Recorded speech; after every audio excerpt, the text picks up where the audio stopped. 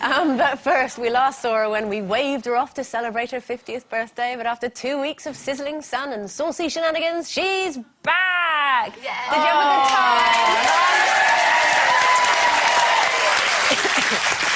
I'm really glad to be back, and I'll tell you why, because it was actually the best holiday ever, and I've had a lot of holidays. It was so good, and the party and everything, and I want to say, the party was in this just the most fantastic place. I couldn't have got a better place for it.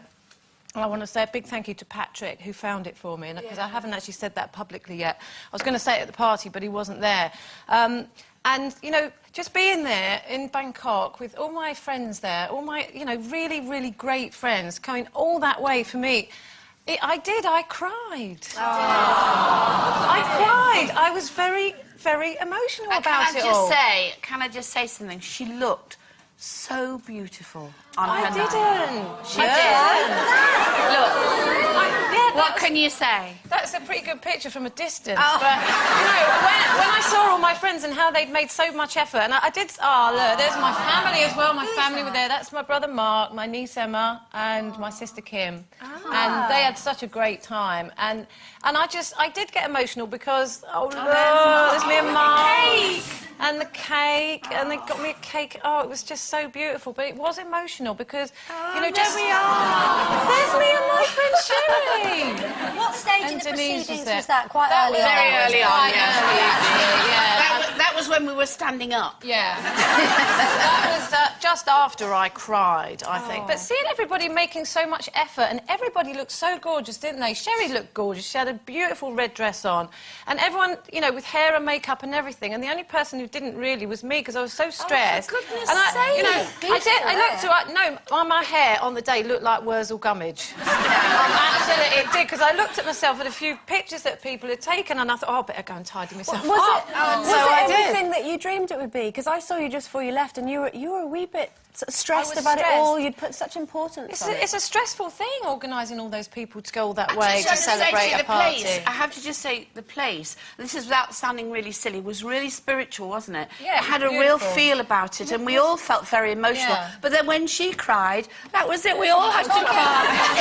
Talking of spiritual, did we last the whole night? Or... Well, what do you think? No, I did well, actually. The music stopped at about 1:30, and I had to be carried, literally, by Mark and my brother Mark up the stairs. But luckily, I was staying on site, because it's like a resort with rooms and everything. So that was it. I went to say goodbye to Carol, and her head was like that, and I picked her head up and went, bye, darling. She went, well, it was my party. I could get drunk if I wanted to. It was very funny. About 2 o'clock, I made it to. That's very good. But I'll give you one guess. Who do you think was up the latest that night? Ooh. Begin with a D. Begins with a D. Denise Welch.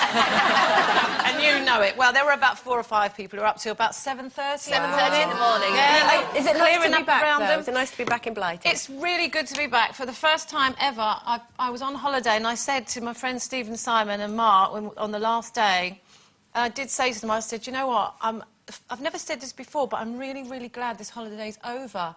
And they said, why? I said, because if we had to stay any longer, we would go home in a coffin. I tell you, we had such a good time.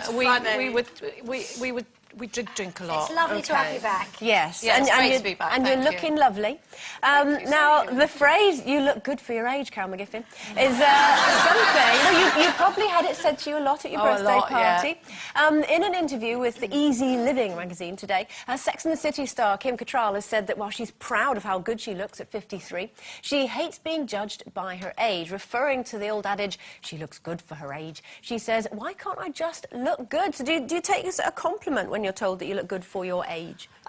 Well, I do, yeah. If anybody says you look good at whatever age, I think it's a compliment. But I don't really understand where that comes from, because you look good for 50. That's what people say. You look really good for 50. What is 50 supposed to look like? You know, exactly, I don't understand where that comes from. You know, it usually comes from younger people who think you should look like them when they're 30 or something like that. 50, yeah, exactly, because I'm sure I used to say it to people. So don't get upset about it, but it's a bit pointless, really. But you know, if someone wants to say you look good, I'm quite happy with the way I look. But I wouldn't say I look good. I actually think it's quite rude to say that because aren't people obsessed with numbers?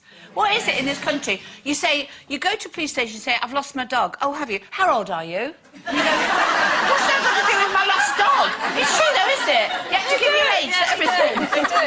It's true though. Just checking your sound of mind, Sherry. But the thing is, how insane is that? We're all obsessed, aren't we, with numbers? If we couldn't see, I couldn't tell how old you were. I'd have to feel how old you were. What's the difference? I think it's a compliment, actually. Feel? I think if Yes, you someone... mean, yeah. I think it's like Carol, if someone says you look good, just take it as a compliment. If someone says... Like, I've always sort of kind of kept my age a secret because of work and stuff, and if you know, people that are casting you think you're 46, they put you in a certain category. And I've always said 40 Lala until I came on this show and I outed myself a couple of weeks ago. But if so, I know I look rubbish for a 21-year-old. You know, this is why I've never understood the whole thing of lying about your age. I'd rather people thought I looked good for the age that I am, rather than like you say. I mean, although I have to say, I do see it as a little bit of an insult. I mean, Alex Horne is a marvellous man, but when he said I look good for my age, I could have bopped him in the eye, because it means that you look good for someone who's obviously getting on a bit, and the first time that you hear it, it's a bit of a blow. It's a bit of a backhanded compliment. It is a compliment, but to say you look good and then for your age means you don't really look that good, but you look good because I think you're really old. Yeah. You know, but actually, we do get to a certain age where it is more and more difficult to look good. And when someone says you do look good, because we all know what we look like in the morning without makeup. Well, I don't know what you look like. To be absolutely honest, I look pretty ropey. I look a lot better when I've been in the makeup chair for an hour, let me tell you. And I think when I come out the chair and someone says, look at you, you look great, I'm thinking, oh, 46, it might have taken an hour in makeup, but I feel quite good about it. Just take the numbers away. What we've got obsessed with numbers. Women we look are, better. actually. I think women are always shocked because they do look better because they make more effort now. Yeah. I don't look like my mum did when she was 50. You know, I mean, the thing is, I was, what, 24 then, 25, so I probably thought she was 100 or something because she was 50, and I was shocked that she was 50, but no, she definitely looks older than me. To the day when it doesn't matter anymore. It always matter. No, you should get to a point in your life where you go, do you know what, I know a lot, and I was with my mum the other day and she said, do you know what, Lisa, we're going shopping, I'm going to buy something for the house because I get much more pleasure out of putting something on my windowsill than I do it on my body. That's really sad. But she was very happy about it. She did a retail therapy, but for something else. Yeah, I think you should get to an age where you go, you know, never should get to it where you go...